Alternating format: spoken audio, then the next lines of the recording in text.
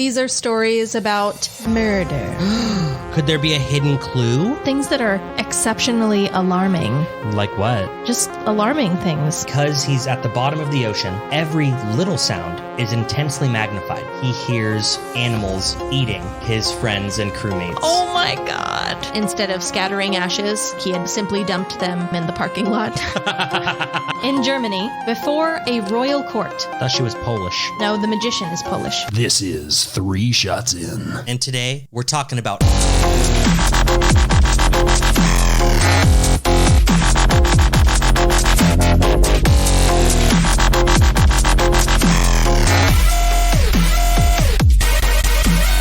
Hello, welcome back to 3 Shots In. I'm Jess. I am Jake. This is episode 4 of season 4. Mm-hmm. And today we're talking about carpets. Do they match the drape? Oh, I wonder. Oh.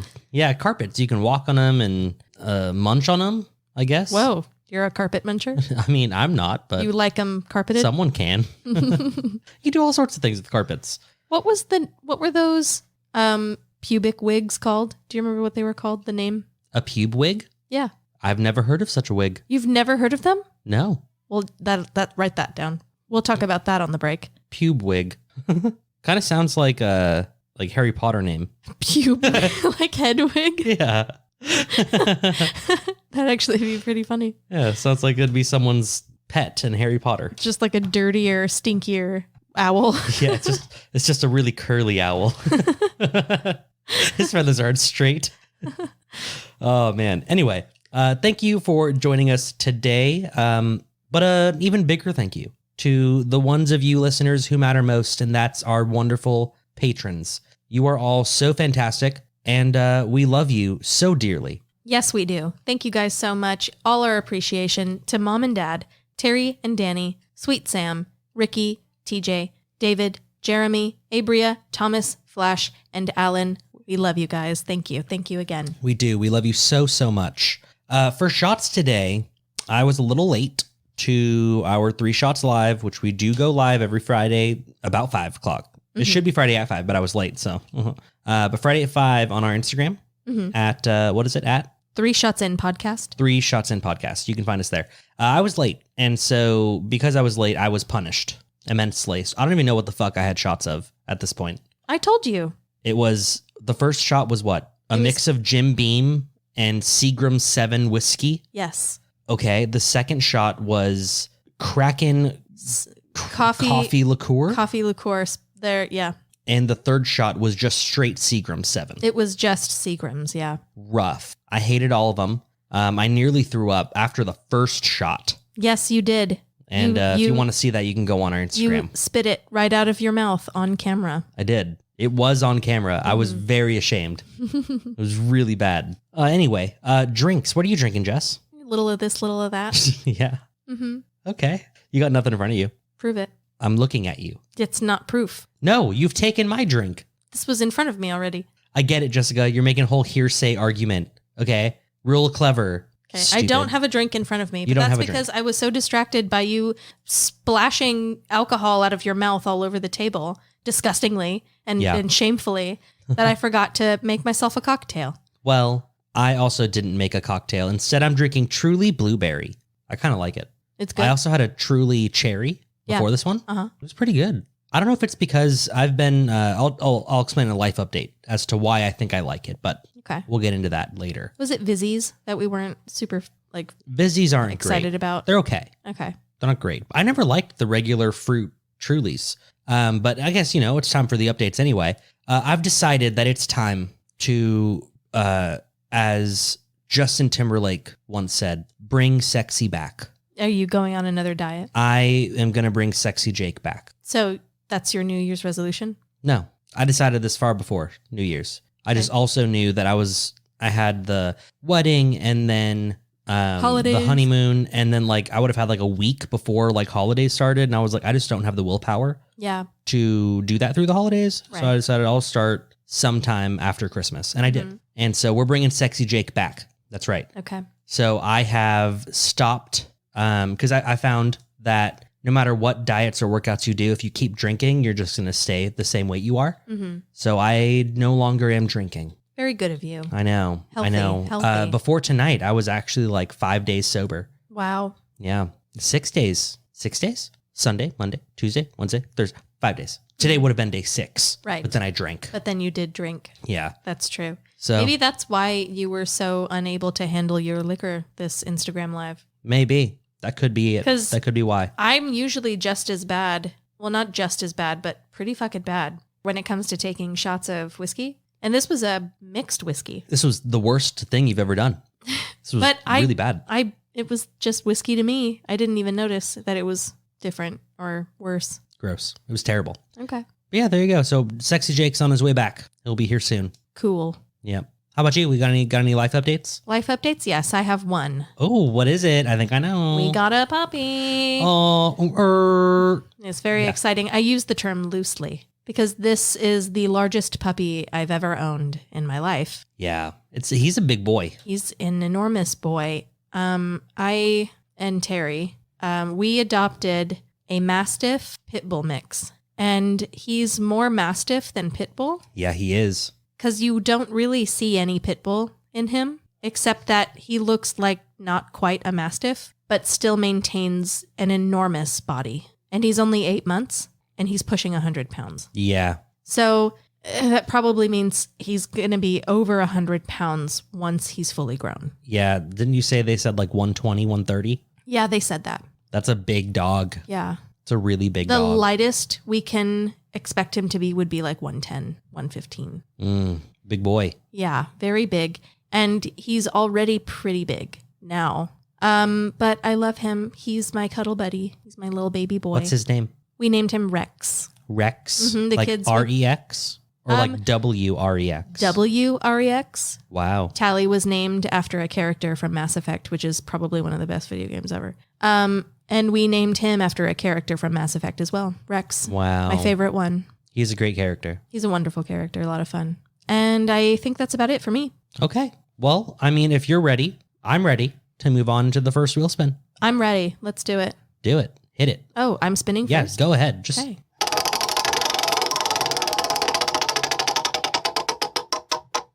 All right. So if you recall, we're talking about carpets today. I do remember that. Here we go. You are murdered. What kind of rug would you like to be rolled up in when you're found? So you can't change the fact that you're murdered. It's really not a win. What's It's done is just, done. You've already lost. What do you choose to lose? What do you in? What do you choose to be found in? Okay. I know exactly what I'm choosing. Okay, go ahead. So you know when we were kids, we had one, and a lot of kids have them too.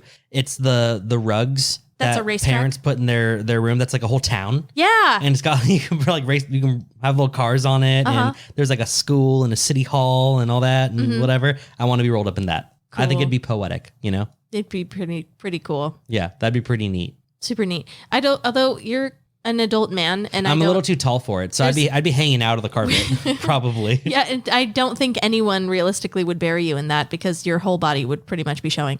Yeah, But it would basically just cover like my torso. in this hypothetical scenario, there is one that's big enough to bury you in, and that's the one you'd be buried in. Oh yes, of my little town with roads Yes. and trees Yes. and city buildings. Mm-hmm. Yeah, Mm-hmm. that's what I would. I love those. I played with that shit all the time when we were kids. You did. They're super cute too. I like them a lot. I guess I would choose. I think just because it would be fun for me. Yeah. I think it'd be fun to be buried in like a big piece of carpet that's cut out of the carpet where The Shining was filmed. Well, this is a rug. Is that what it said? It said a rug. People don't cut out carpet to roll someone in. They Yes, they roll do. them in rugs. No, they do. They do that. Oh, but so in your case, they cut out the carpet. They cut out the shining carpet. I don't know if that's what the wheel spin says, but Yeah. I know people have done what You're I'm in, thinking you're in of. control here. So Well, that's what they're doing. they cut up some. What's the hotel called? I don't remember its actual name. All right. Well, so they cut up the Shining Hotel carpet. Yeah, And they rolled you up in that. they did. And then they buried you. Because then at least I could look at it and like play the movie in my head as I'm dying or something. Would you be thinking about how the carpet was actually Kubrick's apology for faking the moon landing? What? There's a whole conspiracy theory Oh, about God. it. You should look into it. Can you write that down? It's Let's really talk about stupid. that on the break, too. it's one of the dumber ones. But yeah, that's what I would choose. It's just that. I mean, if I have to be buried in a rug, like if it has to be a rug, and not a carpet cut out of the floor somewhere. You would choose like a hippie, like shaggy rug? No. I really like those like woolen, like Turkish rugs, the fancy rugs. Okay. They're just I was pretty. thinking you were going to go with like a big like polar bear rug. Like a bear rug? Yeah. Nah. A polar bear, because that could cover a human body. I feel like a regular bear would just not quite. Well, what if you just made a rug, but it wasn't like still in the shape of a bear, and you put a bunch of bears together to make a So big you square just use one? their like pelts. Yeah. Oh yeah, I could see that. It'd be, That'd work. yeah, That'd do the job. you could do that. I'd still want a woolen one, though. But then you wouldn't have like the mouth at the end, I don't need it. like opened. That just seems so inconvenient. You're going to step on it and trip on it anyway. I would eat shit trying to walk But around you can have that sex bear. on it in front of your fireplace. Yeah. Or at least that's what I've seen in almost every single movie that has But snow. why does it have to be a dead bear? Why couldn't you just have sex in front of your fireplace on anything you wanted? Because it's got to be on a dead bear. Is that romantic? We're humans. That's what we do. You want to fuck on top of something that's dead? Yeah. We fuck on dead things. That's what we do. I have never done that. Oh, yeah. All the time. We've been doing it for centuries. Fucking, what's 1,000 years called? Millennia? I don't fucking know. Yes. There. Yeah, we've been doing it for a long, long time. Millennia is the plural of millennias. Millennium. There you go. Okay, so again, talking about carpets. Yeah. And Jess, your story is first. You have the floor. Just like the carpet. That's funny. That was good, wasn't it? Yeah, it was. Well, all right. When I thought of carpet, Yeah. I thought of a lot of really lame things, like secret trapdoors hidden underneath carpets and stuff. I did Yeah. find some things, like some stories that were interesting, just not interesting enough to share, About carpets. Yeah. And then I remembered one story about a family that had purchased a house that a murder had taken place in. Okay. They weren't told what happened, and they weren't sure why sections of the carpet were cut out, and the faucets were all missing, and one of the showers was as well. This is the story I heard. I didn't know how true it was. Sounds like they bought a house with missing carpet that had blood on it and a missing faucet/sink and shower/tub that body parts were disposed of in. Yeah, that's exactly right. I had heard that it was the former house of Travis Alexander, who was the boyfriend of Jodi Arias. This supposed to mean something to me? You've never heard of the Jodi Arias murder? Not the name. Oh, that is surprising to me. It was all over the news. In this case, the person who was murdered in this house was a man named Travis Alexander. It was his ex-girlfriend Jodi Arias who murdered him. He'd been killed in the house. He'd been stabbed 27 times. She had slit his throat at one point and also shot him in the head. And they found his body in the shower. They had found blood all over the house. I'm assuming that included the sinks. There were drag marks across the carpet leading to the shower, which was where his body was found. And his dead body had been left in the shower for 5 days before anyone called the police, Gross. which is why the shower was missing. This is the story of what happened to his home where he died after everything went down. Okay. A family with 3 young sons was looking around for a spacious home. They were on a super tight budget. They've got 3 little boys. And after an exhaustive, probably a search that went on for a couple of years at least, I'm imagining, they looked over 150 homes, Okay. trying to find the one that was the right fit, one they could afford. A lot of them were abandoned and vandalized because they started looking at foreclosures. Sure. They didn't blink twice when they came across this home that was missing its faucets. It was missing a shower, and parts of its carpet were cut and ripped up. Okay. At the time, they didn't realize that those things had been collected as evidence by investigators trying to piece together who had stabbed Alexander in the first place. They still hadn't figured out who it was. Ah. So it was that recent. Other than those things, the house was perfect. It was exactly what they were looking for. The family's offer on the house was accepted before they learned what had happened inside it. Makes sense. Apparently, in Arizona, there's no law that makes you have to tell people that kind of thing. But they did eventually learn about it. The realtor did end up telling them what had happened in it. So they had a chance to think about it before anything final was signed. Yeah, like during escrow or Exactly. whatever. They decided to sign it anyway. Cool. After 150 houses? Yeah. Like, you need it. It's So what? What's the big deal? Some man got stabbed a few times. Big whoop. He got stabbed a lot of times, but that's okay. Their offer was accepted. They decided to go ahead with the deal after they found everything out. The woman of the house said, I was a little nervous about it. My husband, though, it didn't bother him. He said, this is a good deal. It's a beautiful home. It's in a great school district. Cool. Then she said, when we signed the papers, we didn't realize this was going to be that big of a case. And so news vans were constantly rolling by, getting B-roll of the house. After moving in, and as the case got more media attention, they had to deal with people showing up at the house. Sometimes just random people. Yeah. Who were watching it on TV and were fanatics about true crime or, whatever the case may be, driving even from out of state, like it was a tourist attraction. The lady of the house, which is just what I'm going to call her because I don't know what else to call her, said that at this point, we've had people pull in our driveway, stop and park and get out their cell phones, take pictures of the house, take pictures in front of the house. There was a lady who drove up from Casa Grande, walked up to the front door and asked if she could come inside and talk to me to get closure. Why would she need closure? I don't know. What's she going to get from someone who lives in the house after everything happened? It's just people being obsessive and crazy. She said a lot of people came by the house on their spring break. Okay. People from like local colleges. Sure. And she said when that happened, that's when it was at its worst. And so I didn't actually know if this story was true. I had heard rumors that whoever it is who moved into his house after all this happened wasn't told about it at first, and that all they knew was that pieces of the carpet were missing. And I was like, that should be a red flag. I wonder if it's actually true. And it was true. But what I didn't expect to find was this thing where the murder's going on and they had nothing to do with it, but people are not leaving them alone, bothering them about it anyway. Yeah. Like showing up at all hours of the night, pulling up like strangers, pulling up in your personal driveway and taking photos of the front of your house. Well, I mean, that happens all the time. You saw the first season of American Horror Story, Yeah. right? Murder House. Yeah. How ironic.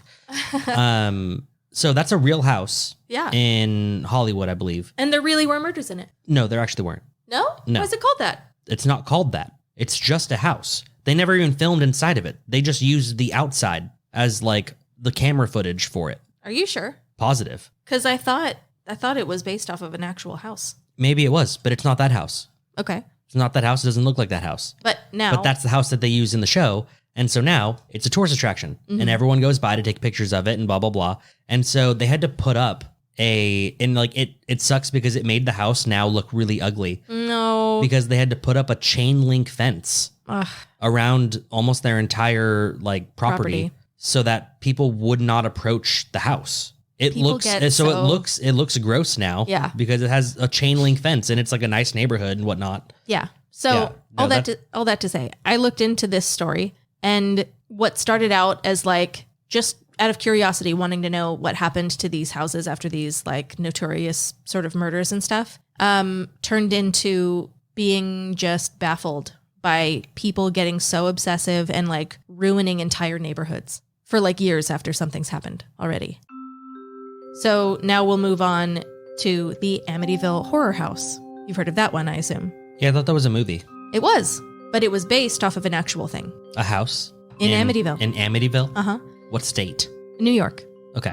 Yeah, so the Amityville house was the home of the DeFeo family who were murdered by their eldest son, Ronald. Oh, I do recall the story now, yes. And then it was owned by the Lutz family after that, who claimed that they were haunted inside of the home later on. That's what The Conjuring is based on. Okay. There was a book before there was a movie, but the movie you're thinking of, the original 70s one, came out in 1979. Okay. And then there were like 1,000 movies after that about Amityville. But since the first one, the entire town has been constantly pestered by true crime lovers, ghost hunters, and just people seeking thrills, which I'm sure got worse and worse with every movie. Right. At this point, Amityville town officials and locals are tired of it. And it's gotten to a point where they decline requests to like talk about it with people. That makes sense. Because they don't want that to be the reason people drive in anymore. They're just tired of talking about it. And I mean, look at The Conjuring was the most recent one. And there's just going to be more after that, I'm sure. The house itself at this point has undergone restoration to change its appearance because people, like I said, this has been ongoing for years and years. And the owners of the house like petitioned the city to change its official address so that people would show up and not know exactly which house it was. At least, because that's how bad it got. Next, we move on to the Dahmer house. Like Jeffrey Dahmer? The exact same, yes. Like the guy who ate hearts and shit? He did eat body parts, yeah. Interesting. Yep. What happened to his carpet in his house? I mean, this just inspired a lot of research. Because you're Based off one assuming that story. his house has carpet in it. They did. I saw pictures. Okay. you saw the carpet. Yeah. The Dahmer carpet. At least rugs, yeah. Okay. But either way, the search now is about what happened to homes afterwards and Okay. how fucked up were they, like the ripple effect. So Dahmer actually did his serial killing in like 3 different homes, not just one. There was his childhood home, his grandmother's home, and then the apartment that he lived in after living with his grandmother. Okay. We start with the apartment. We're going backwards. Yes. Okay. Well, yeah, we're going to start with the most recent place he lived, other than prison. He killed 12 out of his 17 victims inside of that apartment in Milwaukee, Wisconsin, Okay. between 1990 and 1991. Oh, that's a lot of murders. That's a lot of murders. That's a murder a month right there. Yeah, that's the average. Wow. Human remains were found hidden inside of the apartment after he was arrested. So it doesn't really come as a surprise to me. The owner of the apartment complex had it demolished. Yeah. Like, That's a safe bet. yeah. So like a little over a year, and they just knocked it down. They tore it down because it was tainted. Anyone who wants to rent that is gross. Yeah. You don't want them in your apartment building. Right. So now it's just an empty lot. There's been a lot of argument, I guess, with like residents and the city as to what should be done with it at this point. Oh, I mean, he should have put up new apartment buildings. It's just empty because anytime anyone wants to build something on it, there's this like committee of people saying it should be a memorial to the victims. And then there's a back and forth. Then make it a memorial. Make it like a park or some shit. So far, nothing's happened. Lame. So it's just an empty lot still sitting there. Now we move on to his grandmother's house. Okay. Her name was Catherine Jemima. I think that's adorable. That's nice. Katie Jemima. So it's actually still standing now, and it is someone's private home. Apparently, after he was arrested and how shitty the things he was doing kind of came to light, and Yeah. I mean, it was all over the news. It's pretty bad. People locally, like in the town, I believe it's Akron, Ohio. I guess I'm not sure. But anyway, people in the same town his grandmother's house is in kind of wondered if maybe the building should be torn down. Her house? His grandmother's home, Okay. because of how terrible he was, because he did kill 2 people inside it. Okay. But the local, I guess, city government voted against demolishing it, because she was still living there. How kind. Yeah. How kind of them. Well, that's kind of what's wild to me is that, yes, something terrible happened there, I understand, but someone still lives there. Was she, how did she play into that?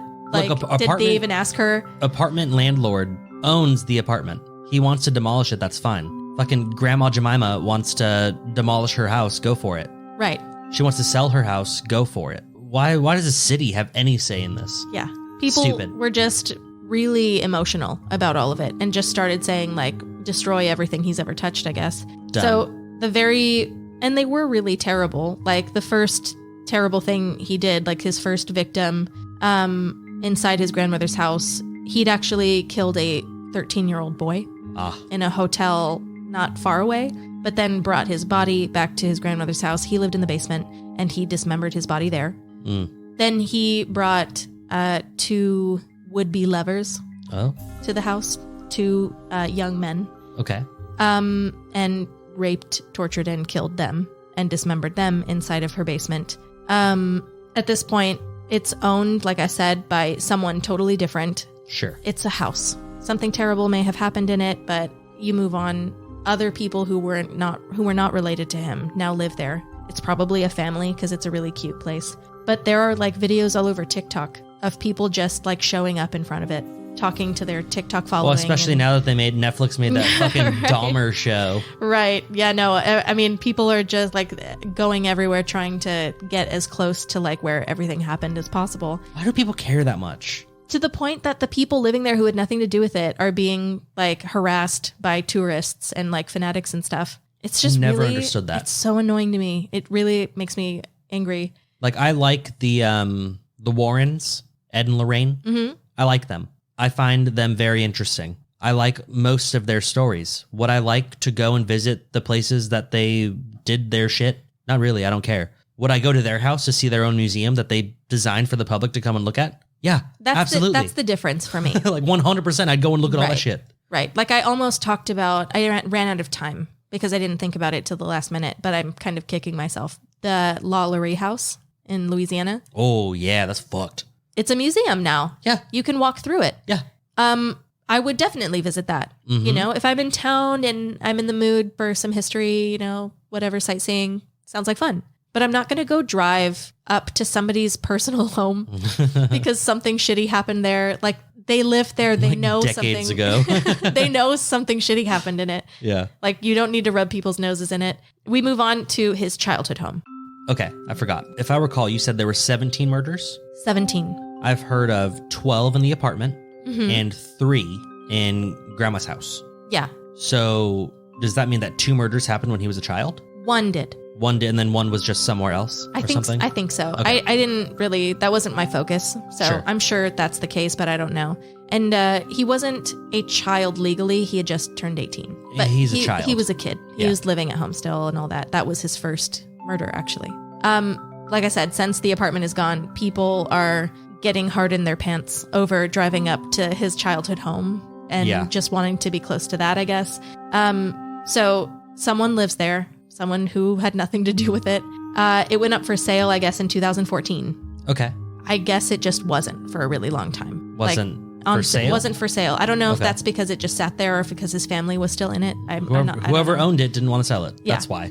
But it sat on the market for 4 years with no activity because no one, like people were not jazzed about living inside it. He'd actually, his first murder, like I said, happened inside the house and he stored the body in like a crawl space somewhere in there. But I mean, whatever, 4 years on the market, it was eventually purchased by a guy named Chris Butler. He's this famous musician and like music producer. Okay. So he lives there now. He renovated the inside. In 1978 was when when Dahmer killed his first guy. It was actually a hitchhiker he picked up because he wanted to kill somebody. Sure. And so he did. So not only did he hide his body in a crawl space in the home, but when he dismembered him, he distributed the remains in like the woods out in the back of the house. Okay. Like in the backyard somewhere. Now, like I said, since the Netflix series came out, what's it called? It's called Dahmer. It's Monster, the Jeffrey Dahmer story. Oh, sure. Yeah. I haven't watched it yet. I will eventually. I don't, it might be a spite thing. I don't watch whatever like social media is like really hyping up in that moment. Yeah, take it with a grain of salt because I read a lot of articles about this place and apparently they got a lot of stuff wrong and like really dramatized. Of course, it's a dramatized television show. Yeah, it's not a documentary. They dramatized a lot of stuff. Yeah. So Dahmer's the hot topic again, like he was for a really long fucking time and then kind of died down a little, but was still probably one of the more talked about serial killers ever. And then it just exploded in popularity again because the series came out. So this plumber gets called to the house and goes viral because he shows up there and didn't know whose house it used to be, realized where he was, whipped out his phone and started recording TikToks of the inside and outside of this person's house. What a shitty motherfucker. I would sue the fuck out of him. I'd be so pissed. Oh, I hope his company has insurance. Yeah. Because I will sue the fuck out of them if I was, Chris Musician Man or whatever. I'd be pretty upset about that. Just brazenly, like zooming in on like his like fucking property inside of his garage, private like stuff he has in there. Like I don't understand people freaking out. And speaking of people freaking out, since this Netflix series came out. Oh, wait, I have a joke. What? I said, oh, wait, I have a joke. What's your joke? I would give that plumber a crack in the skull. Get it? I do. That's funny. It was kind of a pun, but also like a joke. I loved it. Like a murder joke. It was really good. Murder the plumber. I'm laughing. I feel like that should be a movie. Well, anyway, since the Netflix series came out, Dahmer's urn is now being sold for $250,000. Whoa. Who the fuck is selling his urn? His family were just like, fuck it? I don't know. Are his ashes in it? Yeah, probably. I have no idea. I have no idea. That's terrible. I know. And it is a shame to, like, there was this one I didn't end up writing down, but I'm going to talk about it anyway. Did you ever hear of Chris Watts and his murders? It was also oh pretty my recent. God, yes.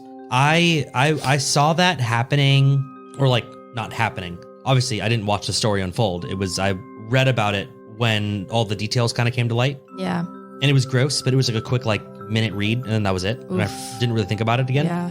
And then I watched the documentary that's on Netflix. I didn't know what it was at first. It was just, oh, cool, crime doc. It's only an hour and a half long. Awesome. Let's watch it.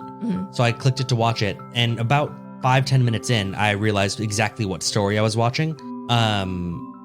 So brutal. Depressing. So brutal. That's one of the, I don't get the feels a lot with stuff. Like I watched the Night Stalker documentary, you know, and it was more like, oh damn, that was fucked up, you know, like shit. No, that Chris Watts documentary was brutal. Man. It was very, very heavy. Yeah. Yeah. Really tough to listen to.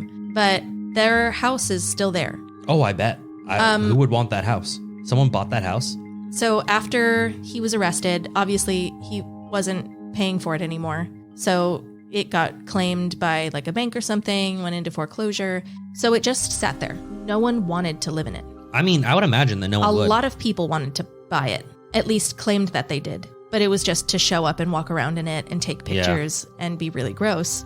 I mean, that was a really big story. Yeah, it was. It was huge. But not only are people showing up in droves, or they were anyway, showing up in droves to leave like a little memorial for the family, they like covered their front porch in like little kids' toys and flowers and like food and stuff. Ew. And the intentions were good, but it was left there. Yeah. It's all rotting and getting moldy because of the rain and just sitting there. And so it's the neighbors who ended up having to go clean it. Not only are they doing all of that, they ended up putting up a sign, by the way, in the front yard saying, please, please do not leave anything else in front of the house.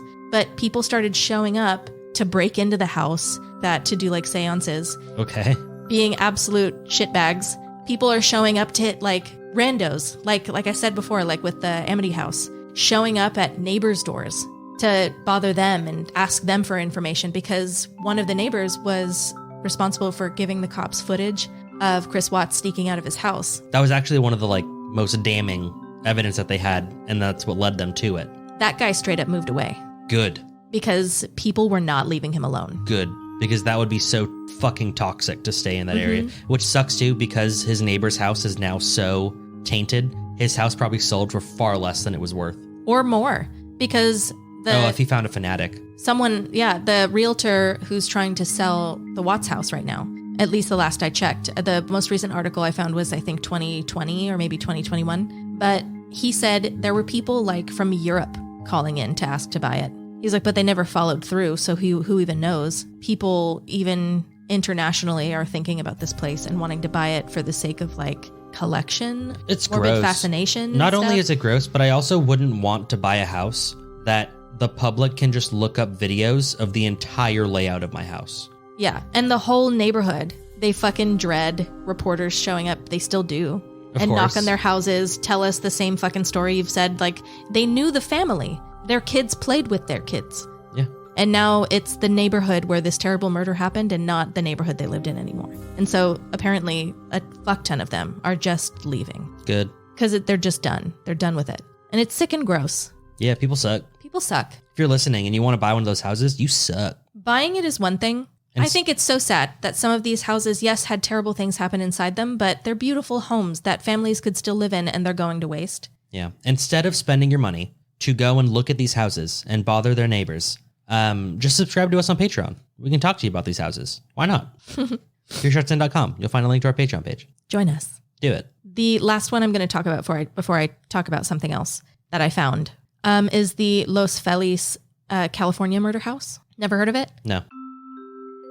In 1959, okay, somewhere around Christmas time, this cardiologist named Harold Perelson killed his wife using a hammer. That's brutal. She was lying asleep in bed, so he caved in her skull while she was sleeping, and then he attempted to do the same to his oldest daughter while she was sleeping in bed. However, she woke up and she escaped to like a neighbor's house, and she was able to call the cops. His other children woke up to her screaming. Okay. He ushered them back to bed, told them to go back to sleep, spared them, went back up to his bedroom where his dead wife was, and killed himself by overdosing on tranquilizers and Nembutal. I don't know what that is. Neither do I, but that's what he took. Okay.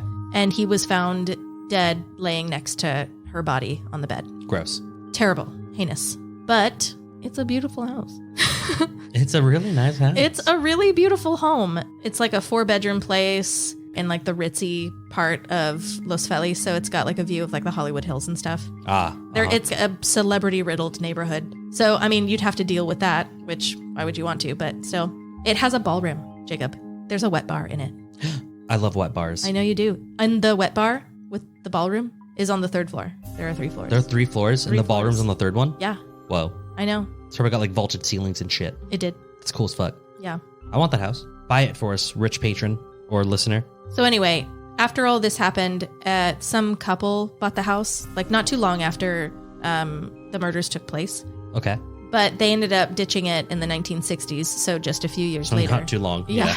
Apparently, allegedly, because they were complaining that it was haunted. Okay. They just packed up and left. And nobody wanted to buy it. So it just sat there, empty. The couple died. Their son inherited it after them, but then he died. So the house sold at a probate sale for $2.75 million. Which means it was worth like triple that. God damn. It was, like I said, it was a beautiful house. Yeah.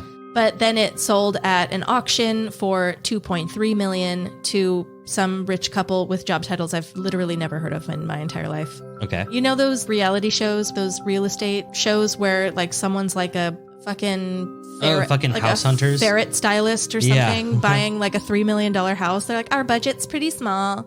It's like, $2.5 million. Like, hi, I'm a stay-at-home mom, and I train hamsters to do backflips. Our budget is $2.9 million. I travel the world with my flea circus, and I have a budget of $6 million. Yeah, I'm like, okay, just say you're a trust fund, baby. Just say it. It's fine. Everyone accepts it. So they filed remodeling plans and stuff, and they like gutted the whole thing. Whatever they had planned for it was apparently going to double the square footage of the house. It was already fucking huge. So that's how rich they were with these inane job titles that made no sense. Okay. They were going to have an even more massive house. So massive that they weren't able to do any of it because the city was like, in order to pull this off, you'd have to tear the whole thing down because the hill it's sitting on would have to be regraded. Whoa. Yeah. So it didn't happen. Makes sense. And then, they still own it, but it's just there. That's it. That's all that happened. That's all that happened. Yeah.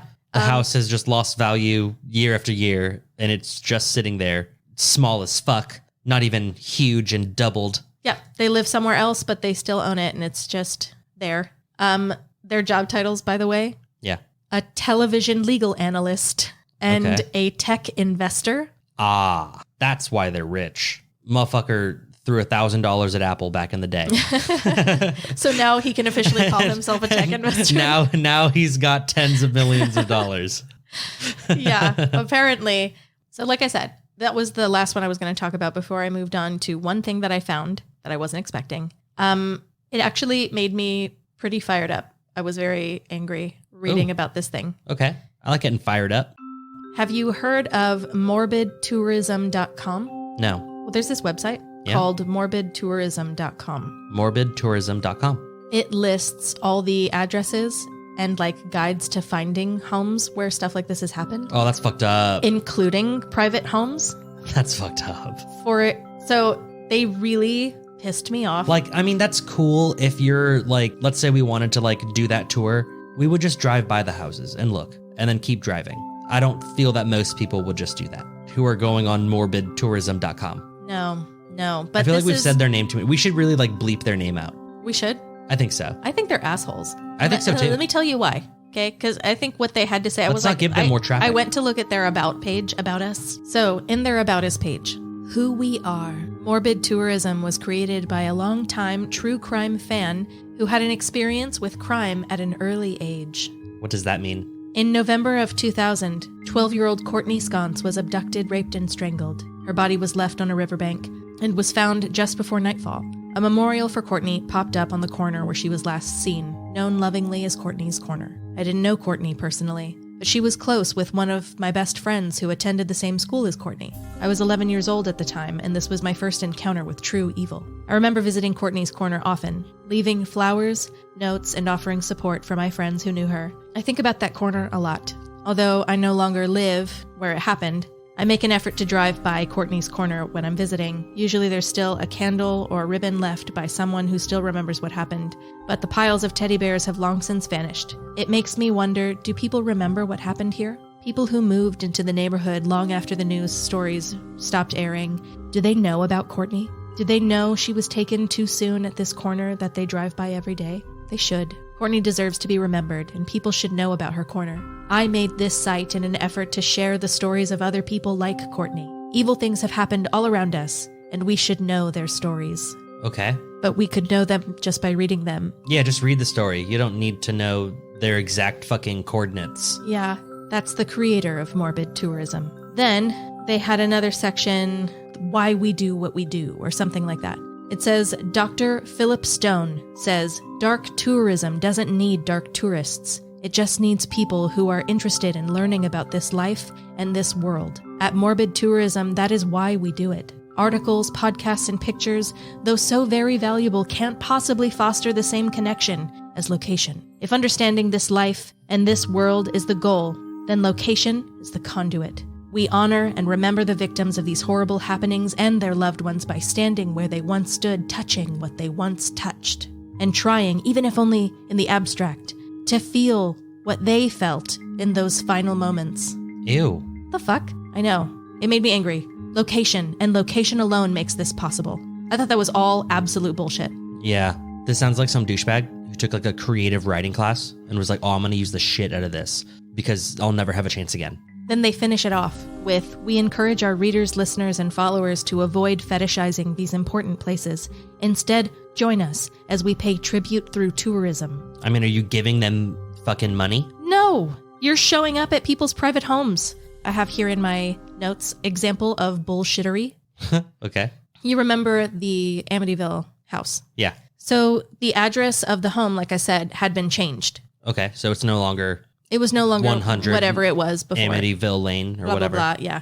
I have the actual address. I'm just not going to read it. They changed it. And as it's explained here, Google Street View of the house and neighboring homes have been blurred at the request of the property owners. So that's nice. That's you the, can actually the do whole that, block. by the way. That's the whole block. Good. They banded together. But they put the current address on the website anyway, with pictures of the house and neighboring houses. Ah. And make a point to tell them that, like, the windows used to look like this, but they changed it to this, so look out for that.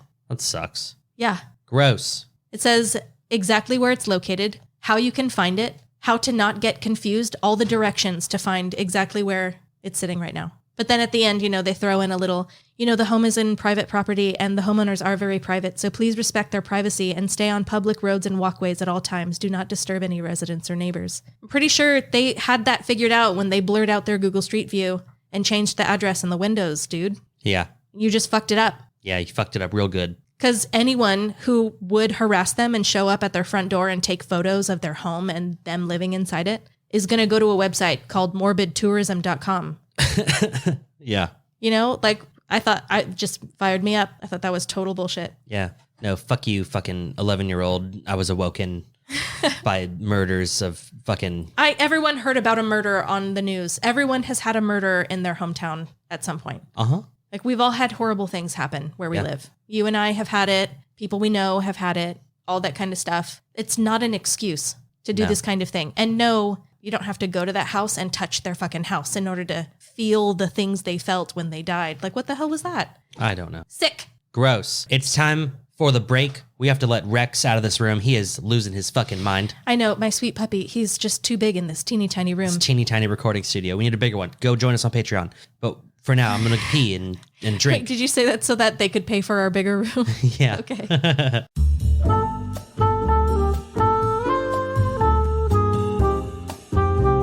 So you had mentioned something about pube wigs. Merkins is what they're called. Merkins? Yes. Merkins. I feel like that's worse than pube wig. Why? Merkin. Why is that worse? You're just smirking your way in fucking pubes. Yeah. So I'm very happy to inform you that they used to be, at least I thought, they were worn by prostitutes after they shaved their Mons. Okay. After they shaved their hairy Monses. Yeah. In order to avoid lice, I'm pretty sure is why. I'm not Crabs. positive. Oh. Crabs. Well, that's what pubic lice is, I thought. They're called crabs. Yeah. So why are you correcting me? I'm not wrong. Lice is on the head. Crabs is in the crotch. They're pubic lice. Crabs. Same thing. Yeah, but it's called crabs. Anyway, they are used today. Ew. What? Mm-hmm. People use merkins today? People still use merkins. In fact, here's a very expensive one, an allegedly fine quality one on Etsy. Oh, dear God. That's a big old bush. Oh my God. It looks like someone got waxed. They took every single pubic hair out in one complete wax. You know, a lot of these are fucking wild. So I've got images here of different kinds, and I'd like you to look through that because some of them are very realistic. Some of them, by the way, are for a dick and balls and have loops. Why? Why do you want to attach more pubes to your penis? What if you have alopecia? You know what? I'm so inconsiderate.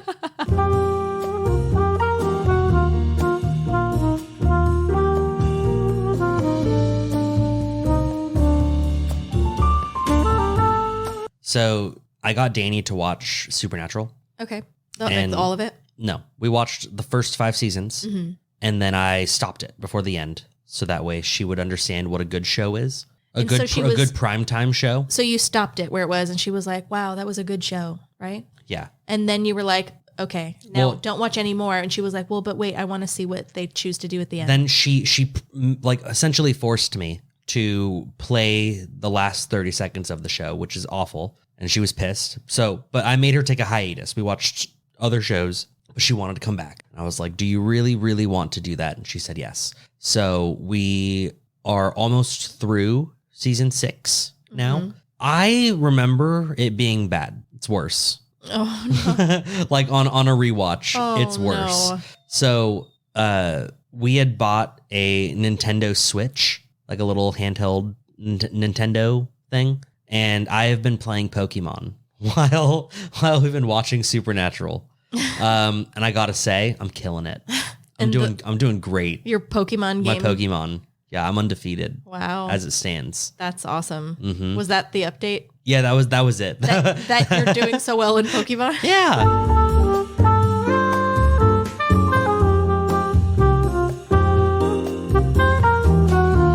Carpets. Gosh, what are you gonna do about carpets? You walk on them. Clean them. You can vacuum them. Maybe you shampoo them. You shampoo them, right? If you're like a really good homeowner.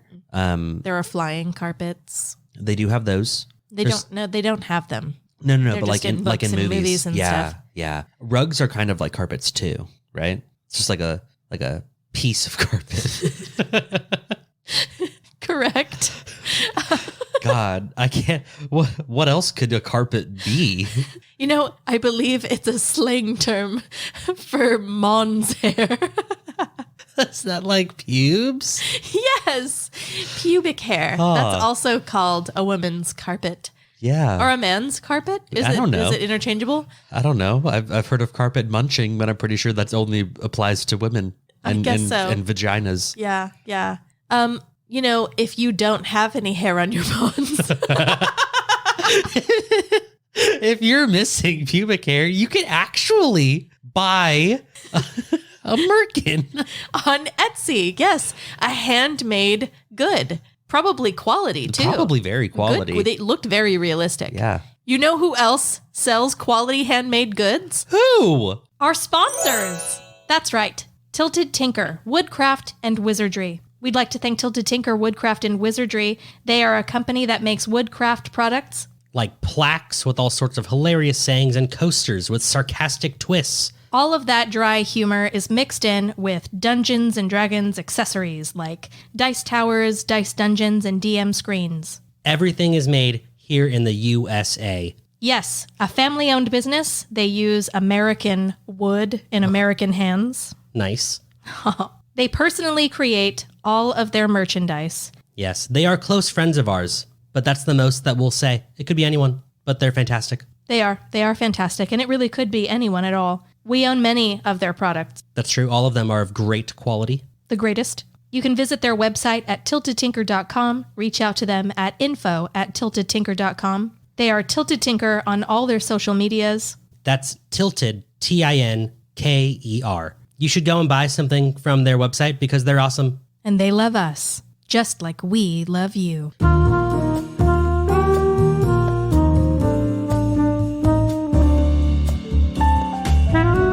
When America first put a man on the moon, most people around the world marveled at the giant leap for mankind. However, some people were not so easily convinced that this event actually happened. A theory arose that famed director Stanley Kubrick was responsible for faking the moon landing. What? It gets more detailed when it poses that The Shining is not just an excellent horror film, but an elaborate confession detailing how Kubrick was responsible for faking the Apollo 11 moon landing. Didn't you say it had something to do with the carpet? Yeah, the carpets are supposed to look like, here we go.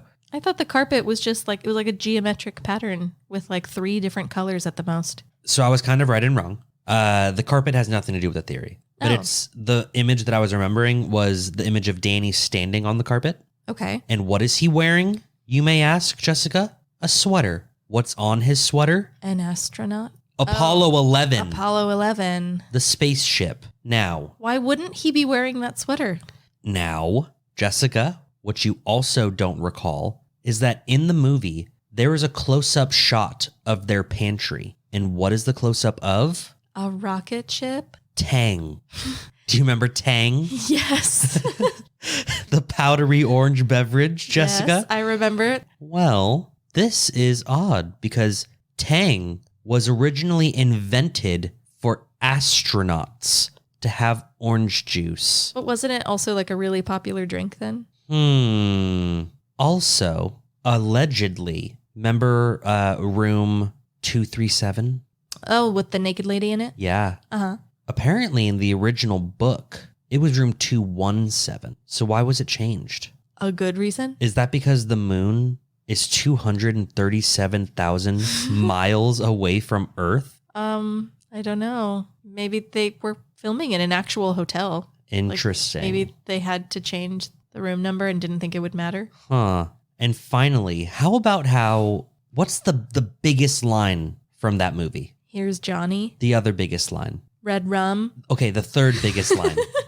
All work and no play. Makes Jack a dull boy. That's right. That's right. The word all is in there, Yes. which kind of looks like A11, Oh, God. which could mean Apollo 11. Do you really need that? It was on his sweater.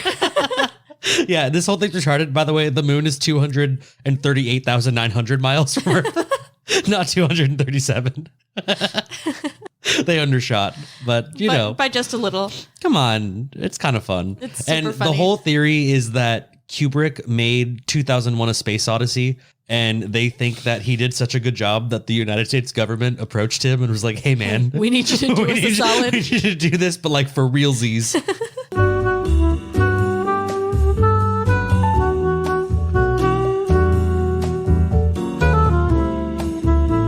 So I'm playing a video game of my own. Yeah. You'd mentioned Pokemon before. One that makes you feel like a little kid. Oh yeah. You talked about Pokemon. Uh-huh. And I've been playing Jurassic World Evolution. You mean Jurassic Park Tycoon? That's basically what it is, yeah. I love it. I loved the Tycoon games. And now I'm playing this one, and there's dinosaurs in it that eat people. Sign me up. So lame. I love it. It's fantastic. I just bought Dr. Wu's Secret Lab for $6. Dr. Wu. It was only $6, and I got so many different dinosaur species.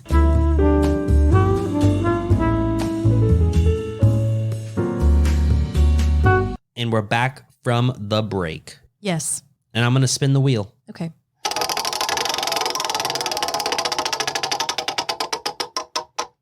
All right. You're given a magic carpet. Where do you go right now. I'm assuming they mean like a flying carpet, like from Aladdin, Yeah. like a magic carpet that can fly you around on a magic carpet ride. Yeah. Does it also have like a bubble around it where you don't feel like Cold. any cold? Because No, you got to bundle up probably. oh, all right. I don't know. Maybe like Yellowstone. You're gonna go to Yellowstone.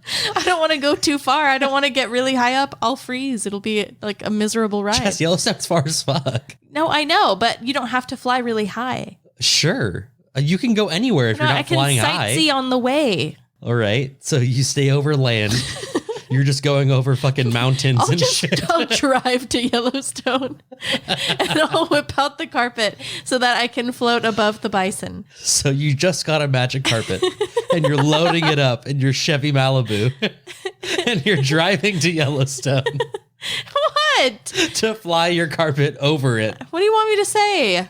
I'll go to the Grand Canyon and float above it with my magic carpet. No, you are just dumb, Jessica, because the correct answer is where I would go right now. Vegas. No, absolutely not. Dubai. No, Where? I don't want to go that far. Neither did I, but apparently that was the wrong answer. You're going way too far. I'm staying in Texas. Oh, okay. I'm going to Austin, All right.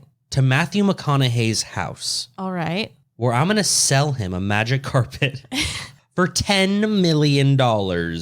And your boy just became a millionaire. Well, what if he doesn't want it? Matthew McConaughey wants the flying carpet. What if he doesn't? He does. If you have one, he probably already has one. No, I just got one. Right. But what if he already has one? Why would he have one? I have one. Because he's super rich and famous. There's only one magic carpet and I have it. And I sold it for 10 mil. Is that what the question said, that there's only one? Yeah. No, it didn't. Yeah, I did. Read it again. You are given the only the only magic carpet. Okay. Where do you go right now? Sure. Okay. Well, if I'm not going to go to Yellowstone, because I guess we're just going to shit on everything I want to do Yeah.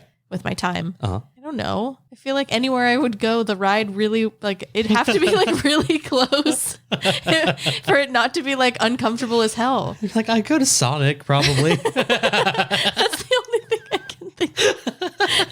Because everywhere that's just like super far away is a pain in the ass to fly on a magic carpet for. It probably goes like 20 miles an hour. I just fly it around the neighborhood. If it goes too fast, you'd fall off. If I need to like get groceries or something and I don't want to waste gas money. You just go to Walmart. That's my answer. Do you park it? Or do you fly inside Walmart? I got a little like sleeve or something so I can roll it up and I can wear it on my back when I'm in the store. Okay. Well, there you have it. That's what we would do. Man. Oh, shit. It's my turn. It is. It's time to hear what sort of carpets you're going to talk about. I'm not talking about the good kind of carpets. I'm talking about the murder kind That's what I talked about. of carpets. Whoa. Now, when I started my my journey into finding this story, I was originally looking for like people who found like weird shit underneath their carpets, and I found some cool stuff, but it just wasn't that interesting. Oh, so your mind kind of went where mine did. Yeah, like I found, I think I told you about the woman who found like a safe, and she opened it and it was empty. Not that big of a story. Yeah.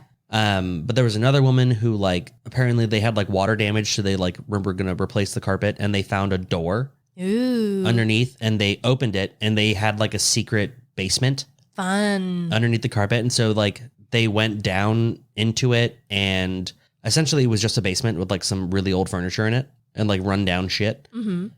What was creepy was that there were like crawl spaces Into their house. that went like everywhere. Ooh, that's cool. Really nothing came of it though. And that wasn't really a huge story. And it was all like over TikTok, which I think is lame as shit. So then I was looking for a serial killer, a carpet serial killer. So I was looking at like the carpet killer. That's apparently like a bug spray or something. Oh. And then I was like, serial killer carpet, thinking that I would find like a serial killer who Sold a carpet. sold carpets or his name was Carpet. I don't know.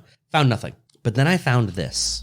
Oh, We are talking about Eric Wayne Bennett. okay. Is this And the carpet killer? This is I'm going to call him the carpet killer because that's a cool last name. Anyway, mid-September 1994, Bennett they lived in Southern California, Okay. was installing flooring at the Costa Mesa home of Mary Beth Boffman. Shortly after installing the carpet in her house, he had signed a rental contract for an adjoining unit to her house. Okay. And he moved in with his wife and his 2 sons. Now, living in a small apartment directly behind Mary Beth Boffman's apartment was Pamela. So it's a triplex? No, it's more like they're just very close together. Like I think they share like a driveway or Okay. something. Well, but you it's- said apartment. Yeah, it's like a condo or whatever. Okay. I don't know. I think Alright. they're in a duplex. I'm not really sure.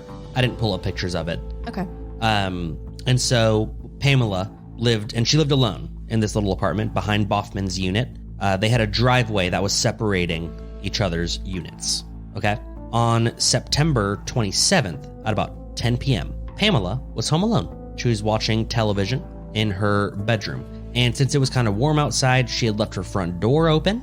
Now she had a screen door, and she had the screen door closed and latched.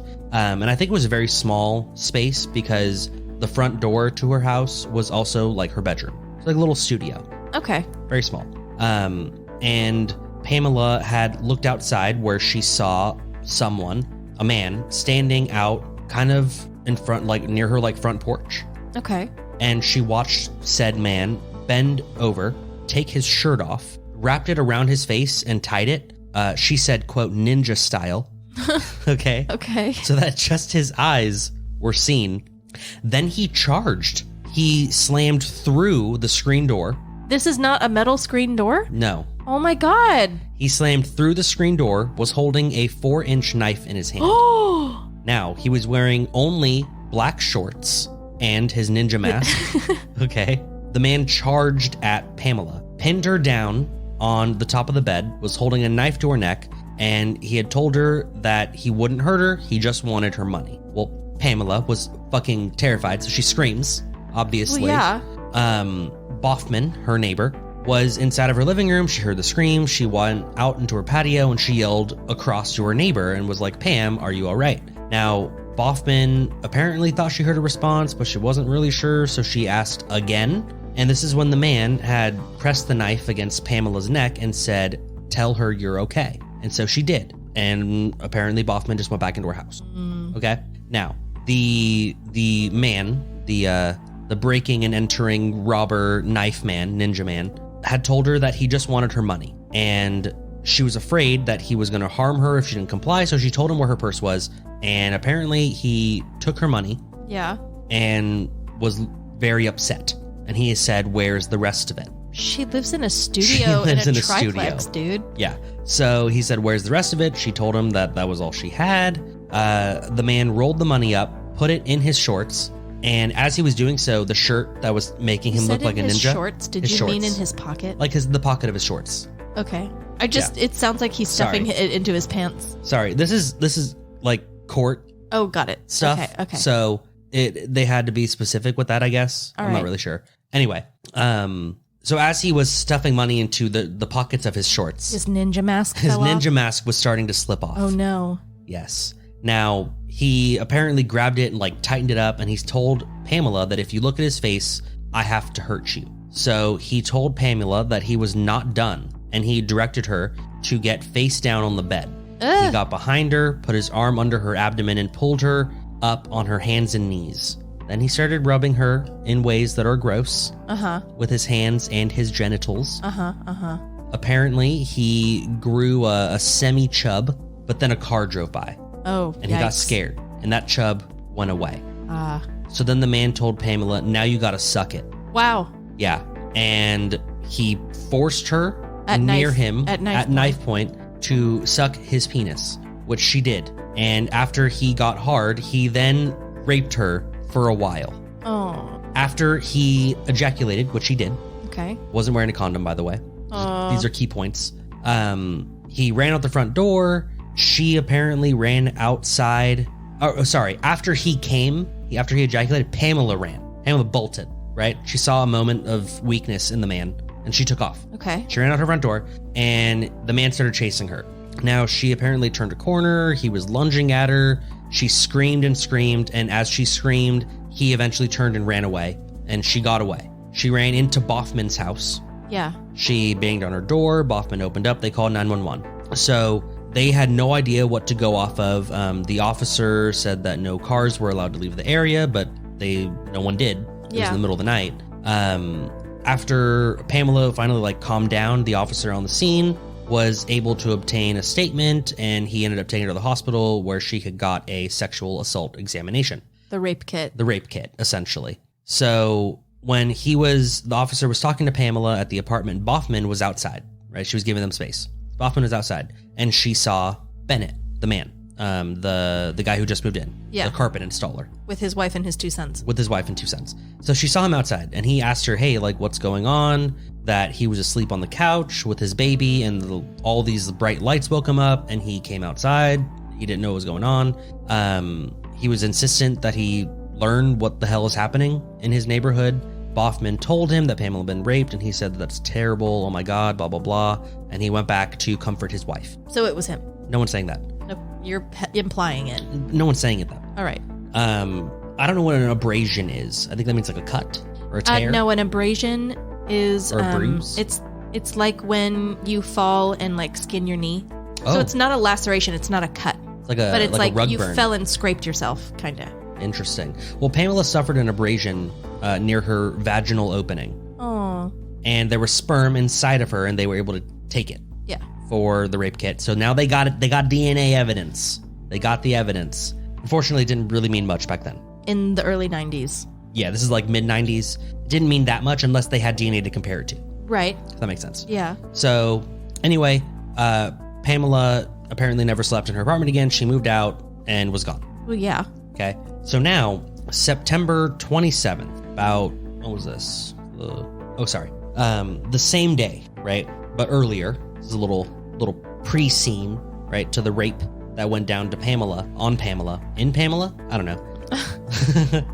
September 27th, 1994, Bennett was installing flooring, so carpet, he's a carpet installer, right, at Marie Powell Evans' new townhouse in Laguna Hills, okay? So sure. he was working that day. Yeah. Then he went home and fell asleep on the sofa with his baby. Regular guy, regular job. Boom. Well, in mid-October, October 13th, Evans went to the home of her daughter and her son-in-law, Christine and John Hogan. And she was going to bring her son-in-law a birthday present. She had a dark leather purse with her. She left her home in the evening, 8:30 p.m.-ish. And about 11 a.m. the next morning, Christine, so the daughter, had received a phone call from her mom's boss. And the boss told her that her mom hadn't shown up for work and that this doesn't make sense. It's super unusual. She's 4 hours late. What the fuck? Yeah. Whole thing. So the daughter and her husband, the Hogans, decide to go check on their mom. They had called the police and they were basically okay, they gave the police the mom's license plate and whatnot to check into while they went to the house. Yeah. So when they got to Marie's patio area, they saw that a window screen was on the floor in front of her kitchen window. Maybe it was the wind. It could have been, except that they noticed that the dust on the windowsill had been disturbed and that a plant had been knocked over into the sink, leading really into strong wind. The kitchen. Could have been. When they got closer, they looked and it looked exactly like someone had broken the window and crawled through. Okay. And when they looked inside, they saw a large amount of blood. Oh, no. Now, Mr. Hogan took his wife to the car, told her to sit there. He grabbed his gun, and he returned to the house. Now, when he entered through the front door, which was closed, but it was unlocked, he saw bloody bear footprints in the entryway throw rug. Oh, God, it was a bear? I'm sorry. You're terrible. You're terrible. I know, I'm sorry. We're talking about murder. I'm sorry. So he saw that the footsteps were leading towards the stairs. He went down the stairs, and about halfway down the hallway, or halfway down the stairs, sorry, he saw Marie's semi-naked body on the floor. Oh. So he eventually, he checked her. She's dead. He cleared the house. There was no one else in it. Then he called 911. Yeah, I mean that's pretty great. reasonable. Yeah. So they found that the sliding door leading into the master bedroom was open. The screen door was closed, but the screen door had a cut from the top to the bottom. Ah, the escape. Yes. So there was blood in the bed of the master bedroom. There were signs of struggle, all sorts of shit. The TV was still on, which makes it seem like this happened like really quick, really sudden. Yeah. So when police obviously went to the scene, she was dead. Marie was taken and an autopsy was performed, and they saw that she had suffered multiple major injuries. They said that she had died as a result of bruising to her brain due to blunt force trauma. Ugh. Pattern marks on her face between the left eye and ear consistent with a blow from a heavy patterned object. Essentially, she had a fuck ton of skull fractures. Heavy patterned? That's the word that this fucking court used, whatever. Right. Essentially, she had a whole bunch of skull fractures, died of brain swelling and bleeding and whatnot. So they're saying like it was an actual object and not like someone's bare hands. Yes. They also noticed that there were marks around Marie's vaginal area that looked like injuries. They did a rape kit and found sperm in Marie's anal, perianal, and paravaginal areas, as well as also inside her vagina. I mean, I don't really know what that means. I think it just means around it. It means motherfucker like came in one hole, then slid into another one, moving cum all up around, and then fucked another hole and came inside that one too. So like mid. Maybe. Okay. Mid pumps. I have no idea. All right. Anyway, the DNA of the sperm was extracted. So this was October 13th, and on October 14th, coincidentally, Bennett did not go to work that day. Weird. He no call, no showed for work.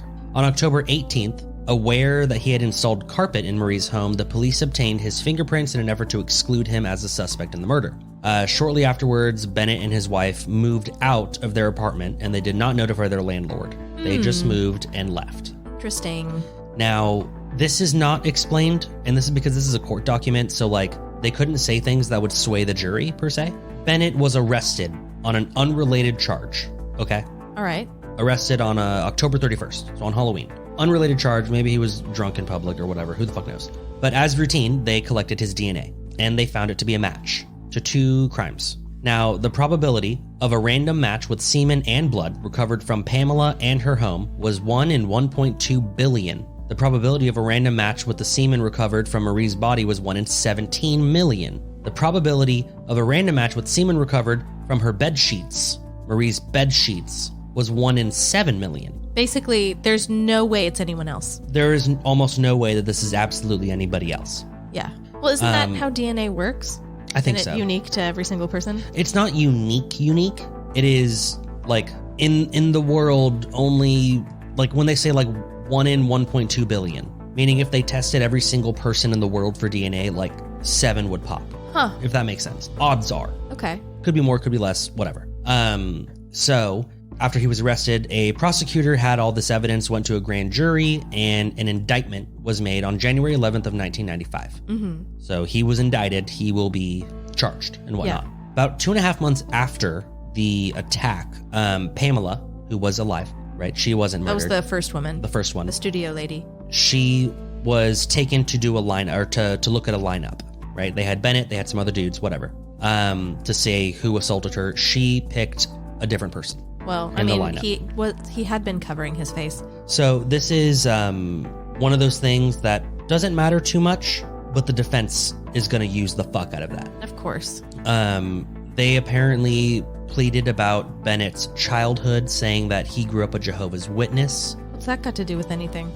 That even though he has a history with alcohol and drug abuse, that he's still a good man. His family all provided testimony that he is a great dude and blah, blah, blah. Except for the rapes. Then his cousin testified that when she was about 11 or 12, oh no, and he was about 4 or 5 years old, that she was taking care of him. She gave him a bath. She dried him off. And then she tried to fuck him. When she was 11 and he was 4? Yeah. That's terrible. Why? I mean, Yeah. Listen, I'm glad she's confessing this terrible thing. Yeah, well, but she at the was- same time, why are you talking about that in court? I don't know, but she did. Ew. Apparently she tried to fuck him. It was unsuccessful. Well, and yeah. after that Bennett had apparently engaged in other instances of inappropriate, precocious sexual behavior. Precocious. So he was a deviant. God. Yes, wild shit's going down. So The wife had testified that she still loved him. She did not want to see him in trouble at all. She testified that he was a good father and blah, blah, blah. Apparently, she was also had testified that he was with her the whole time, but then also like took that back and said, never mind. Okay. Also, this leaves out, because this is a court document, that he confessed to everything and then took it back. All right. So got a lot of weird shit going on. It kind of sounds like lawyers are like feeding him words to say, and he's everything's just getting buying it. really difficult to follow. Yeah. So the prosecution was pushing for the death penalty. Whoa. Now, very difficult to do in California, Extremely. except when Bennett had allegedly assaulted Marie. Not only did he break and enter, Yeah. he assaulted, Yes. he raped, and he robbed her. Yes. And apparently, if you have 3 felonies in one act, she had 4. If you have 3 felonies in one act, you can be prosecuted for the death penalty Oh, wow. in California if they're like heinous crimes. Oh, and he murdered her. Forgot about that. There's that. Also, He also the murdered murder. her. Yeah. There's that. So they're pushing for it. They're going for the death penalty, and his lawyers are fighting that shit hard, obviously. Now, he then confessed again that he had in fact raped Pamela, that he killed Marie, and he had apparently was very remorseful, that he immediately after being arrested returned to his Jehovah Witness faith. He confessed to his wife and confessed to his wife again. He said that he was sorry, and he was sorry to her and the children and his parents and the families of the victims and blah, blah, blah, blah, blah. Yeah. All that shit.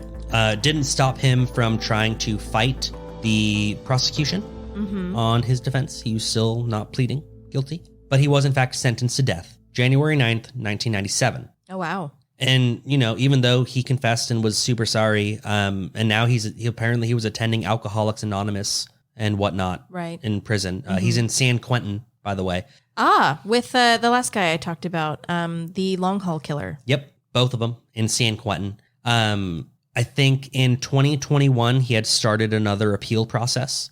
Okay. I think it got halted because of something probably COVID related. He's still alive. He's still kicking. Not sure what the problem was, but I was reading there was like public information about his court case, not necessarily in like details, Okay. but you can see like the date that he applied for an appeal, the date that there was a deposition or whatever. I have no idea what's going on, Yeah. but it all kind of came to a halt in 2021, but nothing came of it. There was no accept or decline or whatever. So he is still sitting on death row today in 2022. He's like 50 something now. It's 2023 now, actually. Oh, it's 2023 now. Shit. Yeah. And he's like 50 something. And that is the story, Jessica, of the carpet killer. The carpet killer. And the reason why this was so fucking interesting to me is because it was so difficult to find information. Yeah. I found only 2 sources that talked about this, 2 articles. One was like the Orange County fucking news, whatever. And one was the LA Times. I bet you. I mean, I don't know, but I bet. I was even looking in their fucking archives. If you looked into it, I bet there was something bigger going on at that time. Like, Oh, probably. maybe like a different murderer of some kind. Yeah, he was or just something brushed else. under the rug. Swept. Swept under the rug. Yeah, I'm sure there was or whatever. So his story really didn't get big mass following. And almost every single detail that I was talking about in mine was taken from the actual court documents. Wow. So those are proven facts. Facts. Wow. That's it. Nice. That's carpet for you. Well done. Well done. What are you going to do? You going to have some man come in and install your carpet, Jessica? You specifically told me Yeah. that you were very proud of this one because you were almost positive that Alice May hadn't heard of it before. Because I know Alice May knows nothing of Eric Wayne Bennett. The carpet killer. The carpet Well, that killer. wasn't really his name. He wasn't called the carpet No, he wasn't killer. called the carpet killer. But If he you was Google that, you'll find nothing. I have dubbed him the carpet killer. Yeah, no, not a serial killer. One and done murder. But 2-time raper. So I mean, bad enough to get the death penalty. Terrible. That's pretty crazy. dude straight up moved into an apartment and then immediately within days raped his neighbor. Yeah. What the fuck? Yeah. And then 2 weeks later raped and murdered a woman across town. Like, what the fuck was going on in his life? Well, that's what's confusing to me. Do you honestly think those were the only victims? No, There's not even a no little way. bit. Because, I mean, listen, maybe. I don't know. But how does that happen? I forgot to mention he was only 23 years old. Yikes. 23. 23 years old. Ugh. I bet he didn't murder anyone. Oh, I don't think he was a murderer. I bet he was. I think he murdered. I think that was the first murder, first and last murder. I bet he was like a ninja mask rapist before. Yeah. And then I bet the only person he's murdered in his life is that one lady. Yep. Still That's what I terrible. think, Still terrible. But awful. I mean, who knows? I mean, I don't think that's anything just snaps and suddenly you rape 2 women in like 2 weeks. Yeah, that seems a little wild. I don't think that just happens. I don't think it does. So it kind of sounds like that's been like a thing for him. And then maybe that's why they move so much or whatever. I don't know. Well, all right. Well, I guess it's time to spin the wheel. So go ahead, Jess. Okay.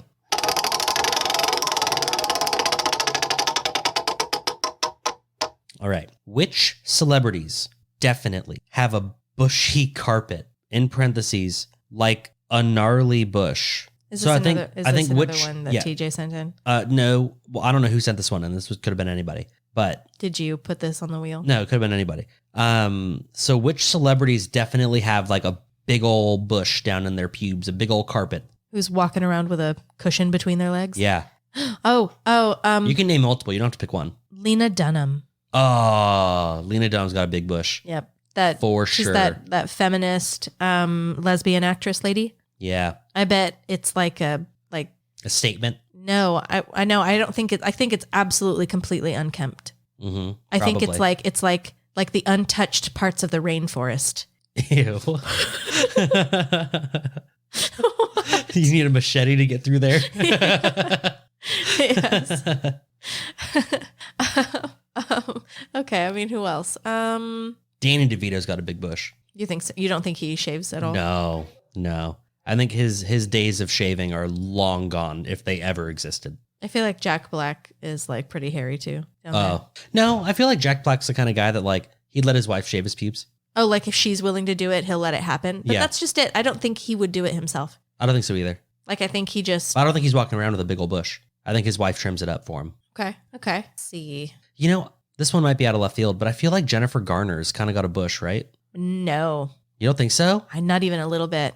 I bet. She gives me bush vibes. No, I bet she like lines it. Oh. Like it's perfect. It doesn't go past a certain length, but it also doesn't get any shorter. That's what I think. Okay. She probably conditions it too. So it's soft. Okay. No, I give you that. I'll take it back. Sorry, Jennifer. I'll take that back. Benedict in her snatch definitely has a big old bush. You think so? I definitely think so. I don't think so. Motherfucker's tall, lanky, and a vegan. There's no way he shaves or trims at all. I don't know. He seems like a pretty manicured man to me. Sure. On the outside, Jessica, everything you can see. Above the waist. Mm-hmm. I have someone in the back of my mind that I really feel like falls into that. Oh, I love him. Shit. I talk about him all the time. I want to meet him and be his friend. I want to smoke cigars with him in armchairs by a fire. He was the father in... He doesn't roll on Shabbos. Yes! Why can't you remember his name, Jessica? I don't know. You love him so much, you would know his I name. do. He's a good man. John Goodman. Oh, there it is. Yeah, that's I bet he just lets it grow. Yeah, he doesn't give a fuck. He doesn't seem like a super hairy guy though. Oh, maybe. It took me a long time to think of him. It really isn't that hairy. On that note, Roseanne. You blew right over her. Roseanne's got a bush. You think so? Oh, yeah. She doesn't give a fuck. Isn't she married? I don't know. She doesn't care. Okay. Maybe she just puts like a little like rubber band in it to like get it up and out of the way Okay. for coitus. Oh yeah. Is there anyone you think would like a surprise Surprise carpet. jungle? You know what I mean? Like they're a manicured person and they seem very prim and proper and careful, but you feel like if as soon as they unzipped, it would like unleash a forest on you or So something. I feel like it would be a skinny white girl. And I'm feeling like either like Emma Watson or like Kirsten Dunst. Interesting. I feel like they would just like, they're so small and dainty and, you know, just like, bam, there it is. Just like the 70s face. afro of fucking pubes. Right. Yeah, maybe. What if it's what's Ryan Reynolds' wife that you love? Blake Lively is insanely smooth. She probably got lasered at this point. Do you think so? Yeah. Yeah, she probably probably does. did. I saw her in that shark movie. Oh, yeah. There's no Nothing. bush There was nothing. There's no peeking carpet out. there. Nothing was peeking. No. Ryan Reynolds is not munching on any carpets. You know, if I was in that movie, I probably wouldn't even have to wear bottoms. Ew. Gross. God. What? Okay, one more each and then we're done. Okay. Who's got a carpet? Big old bushy shag minge. Oh, who's that black actress that was in the shitty Ghostbusters movie? I don't remember her name, but do you remember her? I thought she was in... She was on SNL for a while. She was. She's got like short hair, right? Yeah. Yeah. I know who you're talking about. I just remember her name. Yeah. I'm pretty sure she's just got a huge... Like, she's wearing a diaper, you know? Well, she's always warm then. Yeah, probably. That's good. Okay. It probably, like, wraps all the way around the back, too. Ew. Like mine. Stop! Ugh. You still haven't thought of yours yet? Christopher Walken. Oh, but he's so old. He don't care. Honestly, there's probably nothing even left on him anymore. No, you think it's just... Doesn't have to do anything. You think it just all fell off? I think it's, like, downy soft, too. Gross. What? I don't want to think about that. Anyway, if you like what you heard, please like, rate, subscribe, and share this podcast. You can share it with all of your friends and colleagues. Share it with your local Merkin dealer. Yeah, maybe share it with the Merkins, the murky Merkins. Why are they murky? They're murky. They're handling pubes for a job, Jessica. Those are some murky people. Okay. Do you mean shady? No, murky. Okay. All right. Yeah. I mean, share it with your carpet salesman. Yeah, maybe. Don't tell him where you live. No. Also, please visit our website at 3shotsin.com. There you will find a link to Patreon, which is so important to us. So important. And everyone who decides to become a patron is even more important to us. Yes, and you will have access to our secret patrons only podcast, 3 Shot Cinema. That's right. The newest episode will be coming out where we talk all about men. Men. No one says it like that. No, they're British. It's men. It's men, innit? In it, men. Movie about blokes. Oh, bruv. What did you say? It's a movie about blokes. Yeah. Also on the website is a link to our PayPal single-time donation. If you're not into the, subscription commitment stuff, we won't take it. We won't take it personally. Yeah, if you're like, if you just want a little fling, Yeah, if you're like, oh man, if I go on Patreon, I can only give you $5 a month, and I want to give you $500 a month. You can do that through PayPal. Right. Yeah, you can do that if you wanted. Totally. We'll accept it. We'll totally accept it. I will. Yeah. And we'll thank you for it. A big thank you, really. Yeah. But if you go on Patreon, 3 Shot Cinema, Men, coming out soon. We have plenty of other movies that we watched and plenty more that we're going to watch. Oh, yes. It's all going to be a hoot. A hoot and a half. Damn straight. Next week, guess what our word is, Jessica? Guess what the topic is? I forgot it already. Okay, shut up. Don't guess. I'm going to tell you. Okay. Return. Ooh. Yeah, it could be like Return of the Jedi, or like someone bought something and it didn't fit. They returned it. So they returned it. Yeah, or like my dad went to the store to buy cigarettes and never came home. Never returned. But then he returned when I was like 25 and I had a really good job, like something like that. Okay.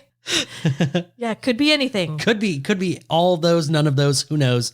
It's going to be a blast. Yes, it'll be fantastic, I'm sure, because all of our episodes are professional and They're amazing all and incredible. entertaining. Yes. Yeah. In fact, we were just on our Instagram Live just a little bit ago, and we were told by people that we were so entertaining, they were like late to, plans that they had because of how funny and hilarious we are. Yes. We're just so charming. We get that all the time. Yep. We get that all the time. People are like, oh my God, you guys are so funny. I fucking hate your guts, and we're like, oh, we love you too. That whole thing.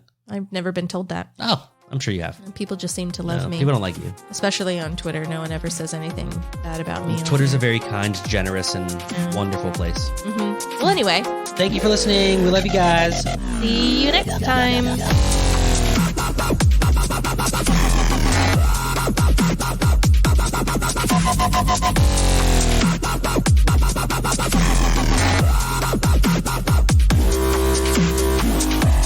I definitely don't need a merkin, you know what I'm saying? It's murky enough for you. I'm murking enough over here for everybody.